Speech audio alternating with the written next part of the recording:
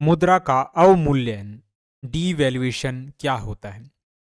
जब स्थिर विनिमय दर प्रणाली के तहत सरकार आधिकारिक तौर पर अपनी मुद्रा का मूल्य विदेशी मुद्रा के मुकाबले कम कर देती है तो उसे अवमूल्यन कहते हैं। इसका उद्देश्य निर्यात को सस्ता और आयात को महंगा बनाकर व्यापार घाटे को कम करना होता है, यानी एक तरह से अपने देश की मुद्रा को ही कमजोर करना।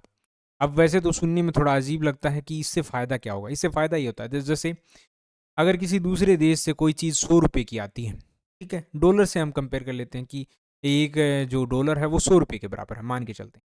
वो 100 रुपये की चीज़ आती है तो हमें 1 डॉलर जो है बाहर भेजना पड़ता है। अब सोचिए अगर हम अपनी जो करेंसी है उसकी वैल्यू ही कम कर दें, अब जो है 200 रुपये में 1 डॉलर आपको मिलेगा। तो इसका मतलब क्या है कि अब आपको जो है देश में 200 रुपये देने होंगे, तब जाकर वो सेम सामान आप मंगवा सकते हैं। यानी कि जहाँ पर जो हम आयात करते हैं वो महंगा हो जाएगा, लोग आयात कम करेंगे, पैसा बाहर कम जाएगा। ठीक है, निर्यात की बात करें, निर्यात यहाँ पर सस्ता हो जाएगा। बाहर के देश से अगर मान लेते हैं इंडिया से कोई 100 रुपये की चीज़ मंगवाता था तो उसको 1 डॉलर देना पड़ता था।